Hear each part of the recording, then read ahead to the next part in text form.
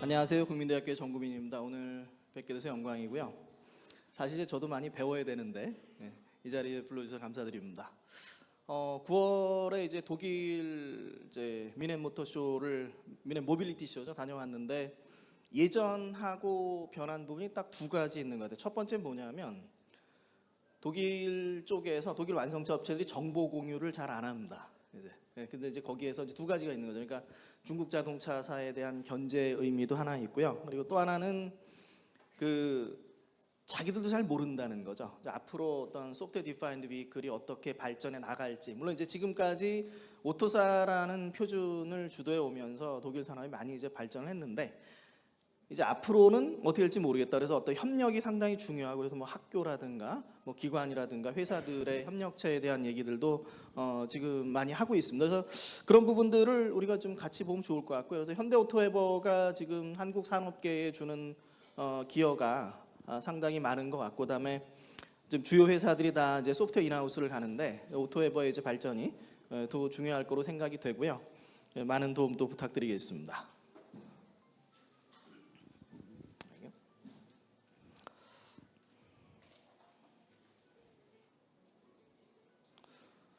현대차 홈페이지는 소프트웨어 디파인드 비클을 이제 가져왔고요. 그래서 소프트웨어를 업데이트하면서 항상 이제 최신 기능을 유지한다라는 측면이 차량의 가치를 유지하기 때문에 앞으로 어떤 SDV를 누가 빨리 가고 누가 안정적으로 가느냐가 차세대 자동차 경쟁에 중요하다 이렇게 얘기가 될 거고요. 그래서 보면 이제 뭐 기능 업데이트나 뭐 인포테인먼트 앱 부분, 그 다음에 뭐 리콜에 대응한다든가 여러 부분들이 있고요. 그러면 작년에 이제 우리가 이번에 이제 벤츠가 이제 아반시라고 하는 통신 특허를 이제 5G를 $30 정도에 이제 계약을 했고요. 이제 그 부분이 SDV를 가면서 앞으로 어떤 통신이 연결이 되고 그러면은 차량 판매 이후에 어떤 추가적인 수익을 어떻게 낼 것인가 이런 부분들도 이제 같이 우리가 좀 고민해봐야 되는 부분들이 있습니다.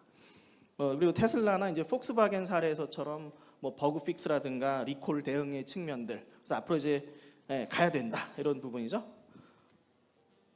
사실 뭐 이제 여기 다 전문가분들이시니까 잘 아실 텐데요. 좀 보시면 될 것 같습니다. 그래서 지금 이제 아까 이제 팀장님 말씀하신 것처럼 지금 중요한 부분들이 한 주요 자동차사들의 소프트웨어 플랫폼, SD 플랫폼이 이제 2025년에서 2027년 정도면은 이제 안정화가 될 걸로 보는 거죠. 물론 이제 그게 예정대로 갈 것인가에 대한 부분들은 있지만, 그래서 자율주행, 인포테인먼트, 이제 차량 제어, 그리고 새롭게 클라우드가 이제 중요해지고요. 그래서 사실 이제 오토에버 합병을 할 때는 제가 사회이사가 아니었는데, 어느 분이 이제 이렇게 판을 짜셨는지 모르겠는데, 딱 맞는 부분이 이제 자율주행 부분이 있고요. 자율주행 부분, 그 다음에 오토사 부분, 그다음에 클라우드 부분들을 다 연계해서 이제 오토에버가 우리나라의 이제 차세대 SDV에 상당히 이제 중요한 역할을 하게 될 걸로 좀 기대가 됩니다. 그래서 이제 고성능 자율주행 프로세서와 이제 고성능 자율주행 센서 소프트웨어 플랫폼이 묶여서 이제 가는 부분이 있고요. 이제 이번에 IA에서 이제 벤츠가 발표한 부분은 뭐냐면 2024년 말에, 그러니까 2025년에 이제 본격적으로 자율주행 프로세서와 라이다 센서를 적용을 하고, 그리고 거기에 이제 MB.OS를 인하우스 소프트웨어 플랫폼을 안정화해서 그걸 적용을 하겠다라고 이제 발표를 했는데요. 이게 현대차의 방향하고 좀 비슷한 부분이죠. 그러니까 전에는 엔비디아의 프로세서와 루미나 라이다를 명시를 했는데 이제는 그런 얘기를 안 하고 있습니다. 그러니까 그런 이제 프로세서도 뭐 여러 업체들을 써가고 라이다도 여러 벤더들을 써가면서 그 위에서 이제 어댑티브 오토사, 이제 클래식 오토사, 그리고 안드로이드 오토모티브로 이어지는 소프트웨어 플랫폼을 MB.OS 2.0에서 안정화하겠다라는 게 이제 벤츠의 이제 방향성이 될 거고요. 그래서 어떻게 보면 이제 이 부분이 이제 어떤 테슬라 구조와 상당히 유사한 부분도 있고, 물론 이제 여기에 테슬라 구조의 하드웨어 3.0이라고 하는 부분들이 자율주행과 차량 제어를 같은 프로세서에서 돌리는 게 기능 안전에 맞느냐, 이중화에 맞느냐, 이제 이런 얘기가 좀 있지만, 어쨌든 이제 그 자율주행 차량 제어, 인포테인먼트라고 하는 부분에서 주요 자동차사들이 이제 안드로이드 오토모티브 플랫폼과 그 다음에 어댑티브 오토사, 그 다음에 클래식 오토사를 가져가는 부분들이 이제 중요한 이슈가 될 것으로 보입니다. 그 최근에 이제 어떤 클래식 오토사는 어느 정도 안정화됐지만 그러면서 이제 이슈가 계속 나오는 부분들이 이제 기능 안전에 대한 부분들을 우리가 어떻게 지원할 것인가 이제 이런 부분들이 하나 또 중요한 이슈가 되고 있고요. 그리고 어댑티브 오토사의 도입을 어떻게 가져갈 것인가 이런 부분들. 그래서 제 강의 자료에 이제 뭐 간단한 개요 정도가 있고요. 나중에 전문가분들의 발표를 또 들으시면 될 것 같습니다. 그 대충 이제 어떤 지금 나오고 있는 이슈들을 좀 정리를 해봤고요. 그래서 인포테인먼트 쪽엔 뭐 이제 대개 안드로이드 오토모티브를 적용을 해서 가고 있고요. 그리고 제어 쪽에 이제 클래식 오토사 부분이 있고, 그다음에 가장 어떤 미래에 어떻게 갈 것인가라고 하는 부분들이 이제 이 자율주행 쪽, 특히 이제 어댑티브 오토사를 어떻게 쓸 것인가 이런 부분이 될 거고요. 그래서 오늘 발표에서도 이제 이런 부분들이 많이 나올 것으로 생각이 됩니다. 그래서 계속 나오는 것처럼 어댑티브 오토사가 지원하는 부분들이 이제 OTA를 지원하고 서비스 오리엔티드 아키텍처를 지원하는 플랫폼을 만들었지만 어댑티브 오토사에서 일단은 소프트웨어 디파인드 비클을 위해서 이제 OTA 부분 소프트웨어 업데이트를 지원을 하고요. 그리고 이제 그 어댑티브 오토사가 AI 플랫폼은 지원하지 않기 때문에 AI 플랫폼을 어떻게 연결할 것인가 이런 부분들. 뭐 이제 향후 로드맵에는 뭐 시클이라든가 AI 플랫폼 어떻게 연결하겠다라는 부분들이 있는데 실제로 그렇게 쓸 것인가 아닐 것인가 이제 우리가 좀 고민해봐야 되는 부분들이 있고요. 그다음에 오늘 이제 발표에서 이제 멀티 호스트 서비스 플랫폼이라고 하는 부분들은 뭐 여러 제어기의 동기화를 맞춰야 되고 자율주행을 위해서 상당히 중요한 부분들이 또 이제 그 MS라고 하는 멀티 호스트 서비스 플랫폼이 있습니다. 그리고 이제 그 클라우드가 또 이제 중요해지는 거죠. 이제 차량의 데이터를 분석하고 관리하고 소프트웨어를 관리를 해야 되고요. 기능 시뮬레이션이나 이제 소프트웨어 업데이트를 진행하고 관리하는 측면에서 어댑티브 오토사도 이제 또 이제 중요해지는 측면이 좀 있고요. 지금 이제 주요 자동차사의 그 소프트웨어 플랫폼들이 이제 비슷하게 가는 거죠. 이제 고성능 프로세서 위에서 물론 이제 뭐는 있냐면 소프트웨어 디파인드 비클하고 자율주행을 묶을 것인가, 자율주행의 진화가 단계가 아직 이제 그 많은 단계를 거쳐야 되기 때문에 1번은 소프트웨어 디파인드 비클을 먼저 갈 거다라고 보는 부분이고요. 그래서 뭐 현대나 벤츠나 볼보, 폭스바겐, 토요타 모두 다 비슷하게 클래식 오토사, 어댑티브 오토사, 인포테인먼트의 구조를 이제 가져가고 있고요. 그래서 현대오토의 모빌진 플랫폼이 이제 우리나라에서는 또 이제 중요한 역할을 하고 있습니다.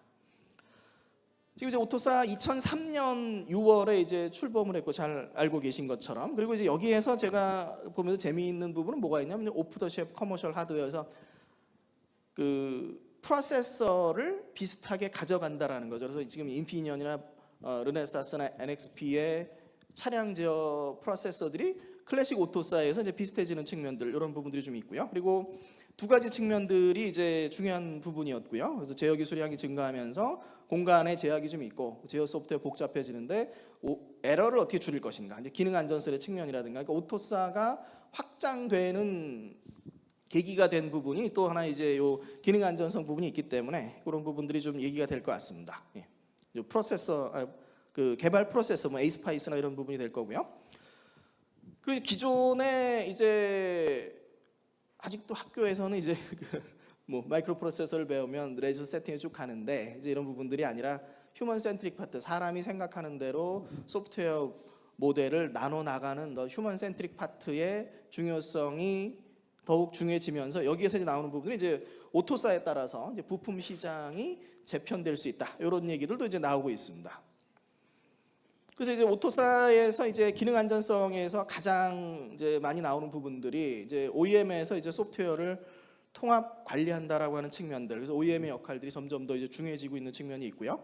그다음에 이제 대부분의 코드가 이제 자동 생성되기 때문에 미스라시를 준수한다는 측면들, 그리고 ISO 161의 이제 하드웨어 소프트웨어 쪽에 보면 첫 번째 나오는 부분이 ECC가 있는 거죠. 그래서 예를 들어 반도체라고 하는 부분들이 뭐 1 아니면 0인데 꼭 1과 0이 아니라 0.3이 저장될 수도 있고 0.7이 저장될 수도 있고, 그러니까 내가 1을 저장했는데 그 값이 0.7이 됐다가 순간적으로 0.3으로 떨어지면 0으로 읽게 되는 이런 어떤 소프트웨어 부분이 2008, 9년 정도 이제 서버 쪽에서 메모리를 많이 사용하는 뭐 뜨겁고 그러니까 서버 쪽에서 보고가 됐었고요. 그러면서 이제 ECC 회로를 필수로 ISO 161에 넣게 되어 있습니다. 그래서 이제 오토사 컴플라이언트한 MCU 보면 ECC가 그래서 많이 나오고요. 그래서 거기 보면 이제 나오는 부분들이 뭐 한 비트는 코렉션을 하고 두 비트는 디텍션을 하고 이제 이런 부분들이 좀 있는 거죠. 그리고 이제 메인 프로세서에 이제 락스텝 코어를 적용을 하고요. 그다음에 변수 복제 이제 하나의 부분을 두 개의 메모리에 이제 반드시 저장하도록 하는 이런 부분들이 있습니다. 그리고 이제 최근에 나오는 부분들이 이런 어떤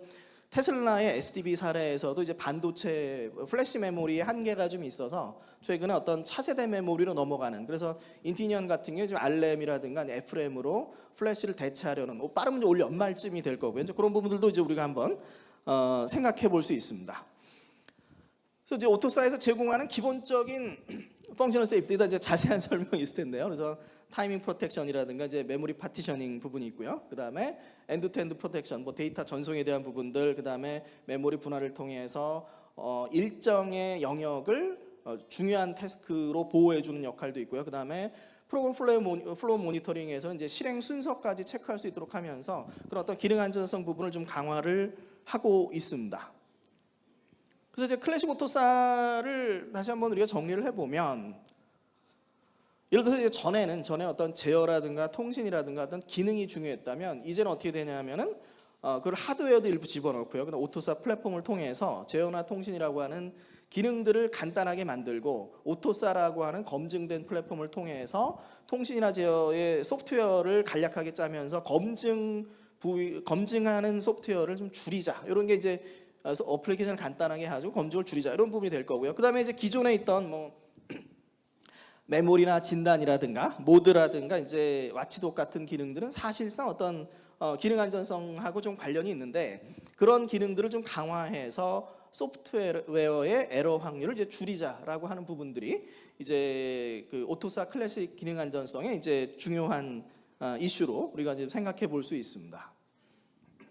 그래서 지금 이제 나오는 부분들이 이제는 어느 정도 좀 가고 있는 부분이죠. 그래서 소프트웨어 플랫폼을 사용해서 하드웨어 독립적인 개발을 가고요. 물론 이제 요 부분에서 이제 최근에 이제 업체들에서 하드웨어 소프트웨어 독립적인 개발 프로세스를 어떻게 가져갈 것인가 하는 고민들이 또 새롭게 나오는 부분들이 있습니다. 그러니까 하드웨어 소프트웨어 팀을 나누면서 이게 팀 간의 어떤 유기적인 협력이라든가 아니면 이제 각 그 통합 제어기를 개발하기 위해서 하나의 통합 제어기 위에 여러 소프트웨어를 넣을 때 어떤 방법론을 가져갈 것인가, 이런 부분들이 또 이제 새롭게 오토사에서 이제 개발 방법론에서 우리가 고민해 볼 부분이 있고요. 그 장점인 측면에서는 이제 소프트웨어 컴포넌트를 우리가 이제 그 재사용할 수 있다라고 하는 측면들이 이제는 조금씩 나오고 있고요. 그 다음에 표준화된 소프트웨어 플랫폼을 사용하기 때문에 안전성을 보장해 준다라고 하는 측면들, 그 다음에 소프트웨어 컴포넌트 사이에 이제 연결을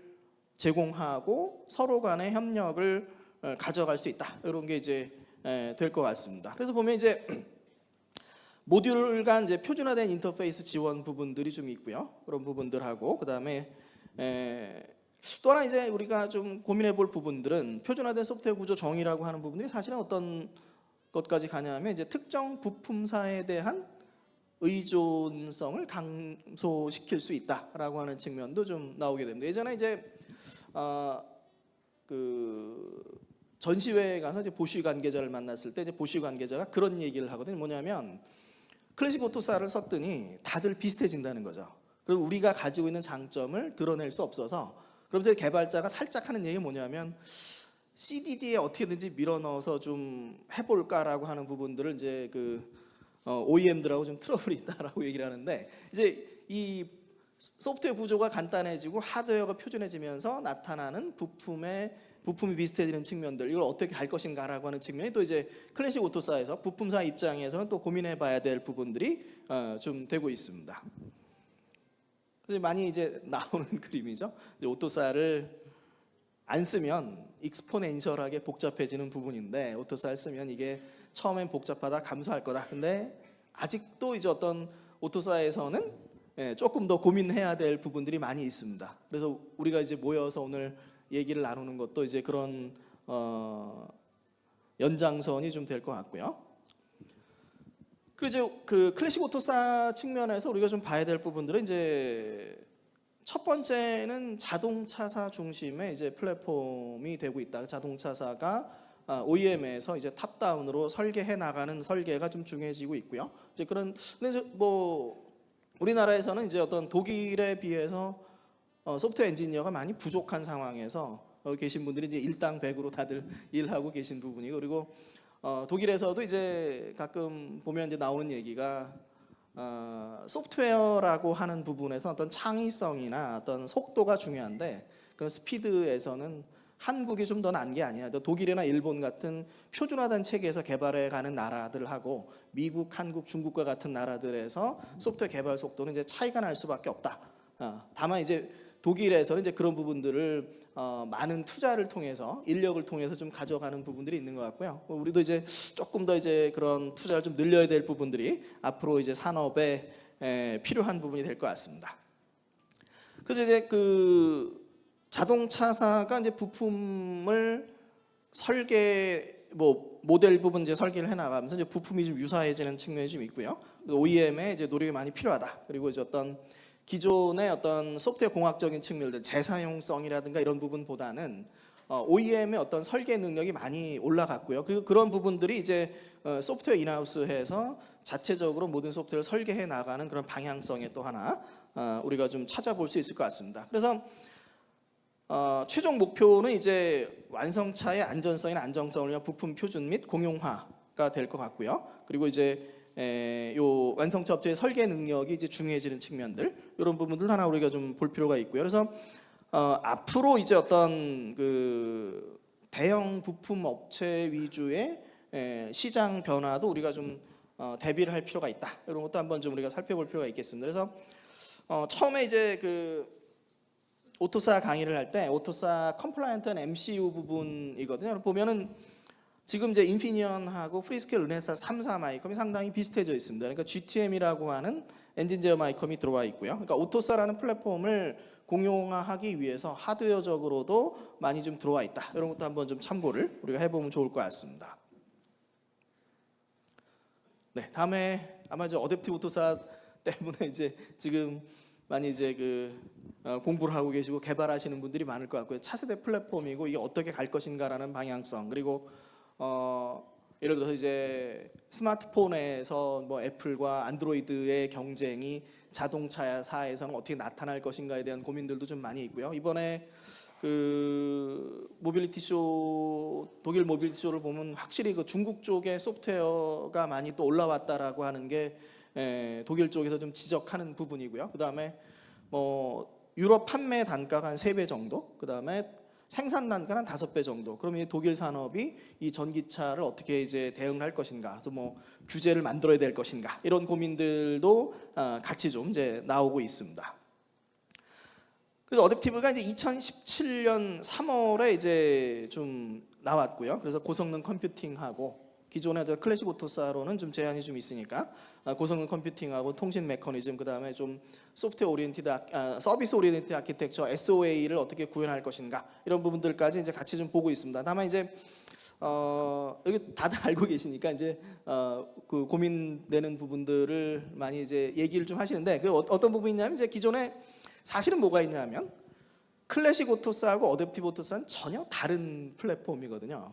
그러니까 이제 그 어댑티브 오토사를 공부를 하고 싶은데 클래식 오토사를 내가 잘하니까 어댑티브를 잘할 것 같다는 전혀 다른 부분이고, 그러니까 어떻게 보면 이제 어떤 클래식 오토사라고 하는 부분은 꽉 짜여진 플랫폼에서 에러가 나지 않도록 기능 안전성을 강조하면서 만든 플랫폼이라고 볼 수가 있고요. 그 다음에 어댑티브 오토사는 코딩을 해야 되는 거죠. 코딩 능력이 중요하고 이제 C++도 배워야 되고, 그래서 어떤 학교 입장에서도 참 고민이 많습니다. 이걸 인력을 회사 입장에서는 클래식 오토사나 어댑티브 오토사 둘 다 잘하는 인력을 양성해 주세요 그러는데 이게 전혀 다른 영역이어서, 예를 들어서 이제 클래식 오토사는 기계 하시는 분들도 좀 할 수가 있었는데 이제 어댑티브 오토사는 전기 전자 전공들도 어려운 부분이 될 수 있어서 그런 부분에 대한 부분들이 이제 좀 하나 좀 있습니다. 그래서 어댑티브 오토사를 이제 우리가 보면은 OTA를 지원하고 서비스 오리엔티드 아키텍처를 위해서 만든 부분들, 그러니까 SDB의 소프트웨어 디파인드 비클의 이제 핵심 플랫폼이 된다라고 좀 볼 수가 있고요. 그 다음에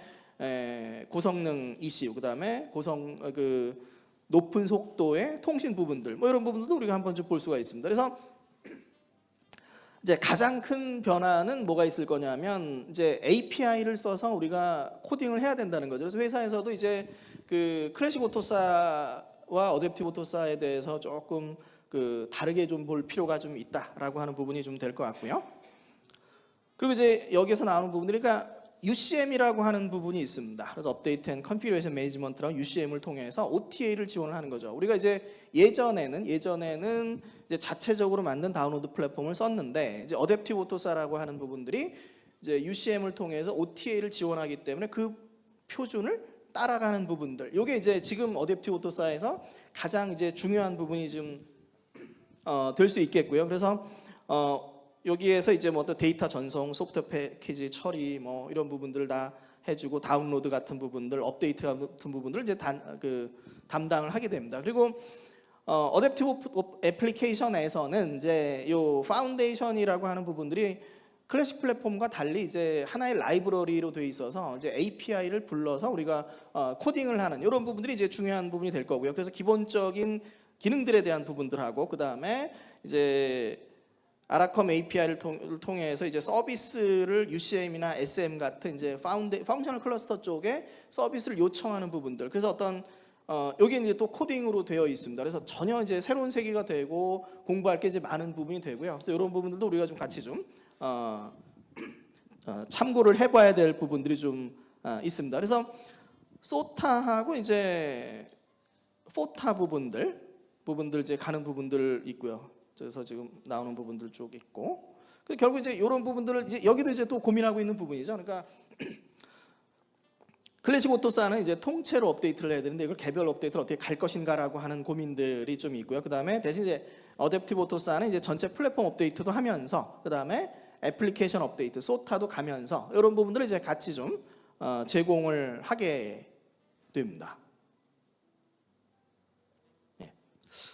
그리고 이제는 이제 그 MS 플랫폼, 그러니까 멀티 호스트 서비스 플랫폼이 이제 왜 필요한가라는 부분이 될 것 같고요. 그러니까 지금 이제 어떤 소프트웨어 업데이트라고 하는 측면을 어댑티브 오토사가 담당하기 때문에 그걸 통해서 SDB를 구현해 갈 수 있는 거죠.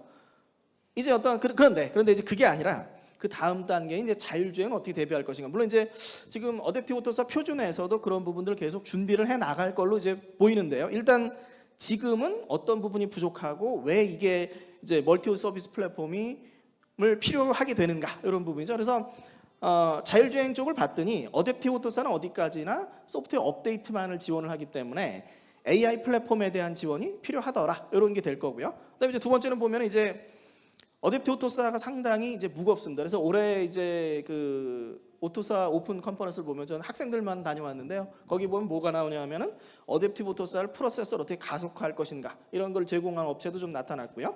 그 다음에 통신 속도도 조금 더 높았으면 좋겠다 이런 부분이 있고요. 그 다음에 기본적으로 이제 어댑티브 오토사가 A실 B등급을 지원을 하는데 이걸 어떻게 높일 것인가 이런 부분들도 이제 고민들이 있습니다. 그래서 요 모빌진에서도 이제 이 부분 같이 좀 생각을 하고 있고요. 그 다음에 이제 디터미니즘이라고 하는 측면들이 이제 중요한 부분이죠. 이제 거기에서 예를 들어서 여러 제어기를 동기를 해야 되는데 뭐 센서에서 온 부분들 다 동기화를 해야 되는데 그 어떤 동기화 기능이라든가 결정성에 대한 부분들을 지원을 안 하고 있어서 이런 부분들이 좀 필요하더라. 그래서 그런 부분들을 어떤 디터미니스틱 미들웨어에서 개발할 필요가 있겠다. 이런 부분들이 이제 현대오토웨버의 이제 MS 플랫폼, 멀티 호스트 서비스 플랫폼에서 나오는 이슈로 보면 될 것 같습니다. 이게 이제 그 자율주행에서 상당히 이제 중요한 이슈가 되는 거죠. 그래서 이걸 어떻게 개발해서 갈 것인가. 물론 이제 뭐 자율주행 가기 전 단계나 ADAS나 또는 SDV에서 마찬가지로 우리가 좀 고민을 해봐야 될 부분이 될 거고요. 그래서 오토웨버의 이제 멀티 서비스 플랫폼에서 가는 부분들이 이제 아키텍처가 뭐 MCU도 있고 AP도 있고 이런 부분에서 서비스 제공을 어떻게 해나갈 것인가. 그래서 이제 조금 가벼운 플랫폼을 가져가고요. 통신 인터페이스 추상하고 스케줄링 부분, 기능 안전의 기능을 제공을 하면서 그 다음에 ECU 간 통신 스케줄링에서 디터미니즘 제공해서 동기화를 맞춰주는 부분들 이런 부분들도 이제 멀티 서비스 플랫폼에서 제공을 해주고 있습니다. 상당히 중요한 부분이고 이 부분이 이제 어떤 그 여러 벤더들이 고민하고 만들어서 지금 납품하는 부분이다라고 이제 생각을 하시면 될 것 같습니다. 그래서 AP가 추가된 하드웨어에서 다양한 호스트를 어떻게 지원할 것인가. 그래서 이제 멀티 호스트가 될 거고요. 멀티 호스트의 서비스를 제공한다라고 하는 측면을 이제 보면 될 것 같고요. 그다음에 기존 어댑티브 오토사 플랫폼 이슈 쪽을 보면 약간 이제 어댑티브 오토사가 좀 무겁다라고 하는 측면들, 이런 측면들을 좀 보강해주는 측면들을 우리가 한번 좀 생각해 보면 될 것 같습니다. 네, 그래서 아까 나왔던 페이지가 될 거고요. 그래서 이제 클래식 오토사, 어댑티브 오토사, 인포테인먼트로 플랫폼 구조가 이제 우리가 가게 되고요. 그 다음에 소프트웨어 디파인드 비클을 위해서 이제 어댑티브 오토사가 OTA를 지원을 하고, 그 다음에 서비스 오리엔티드 아키텍처를 지원하는 플랫폼이다라고 하는 측면들. 그래서 SDB의 어떤 핵심 플랫폼이 된다라고 하는 측면이고요. 그리고 향후에 이제 어댑티브 오토사를 이제 보완하기 위해서, 물론 이제 그 지금 멀티 호스트 서비스 플랫폼도 탑재가 되고 있고요. 그래서 디터미니스틱 미들웨어를 어떻게 가져갈 것인가라고 하는 측면들이 현대오토웹의 이제 MS 플랫폼에서 멀티 호스트 서비스 플랫폼을 제공한다라고 하는 측면이 있고요. 그 다음에 AI를 어떻게 지원할 것인가라고 하는 측면은 계속 노력을 하고 있습니다. 예를 들어서 뭐 우리가 파이토치를 올릴 수도 있고, 텐서플로우를 올릴 수도 있고요. 그 다음에 뭐 TIDL을 올릴 수도 있고, 그 다음에 TT텍에서도 따로 또 그 라이브러리가 있고요. 그런 어떤 개별 라이브러리들을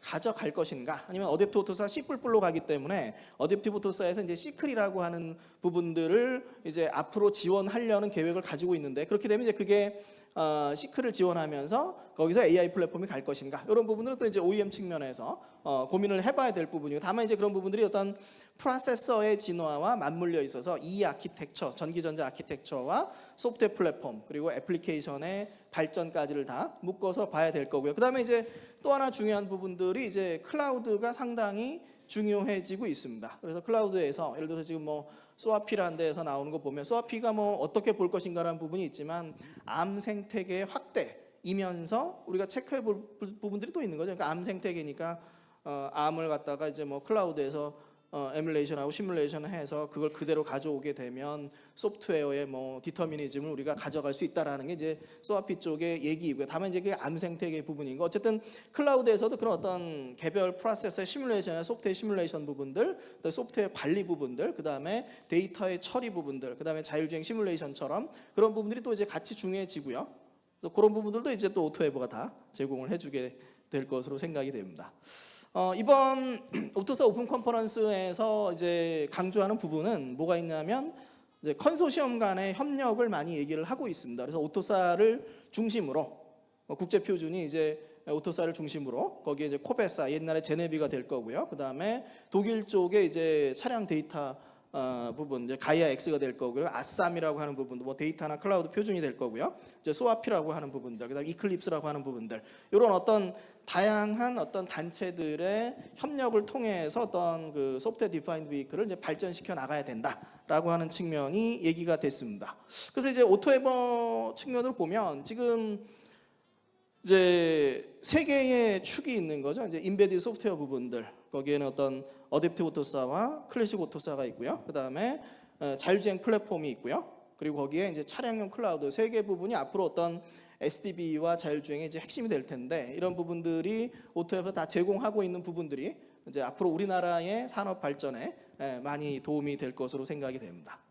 또 많이 관심 가져주시고요. 많은 도움 주시면 좋겠습니다. 제 발표는 여기서 마치겠습니다. 오늘 많은 분들 참석해 주셔서 감사드리고요.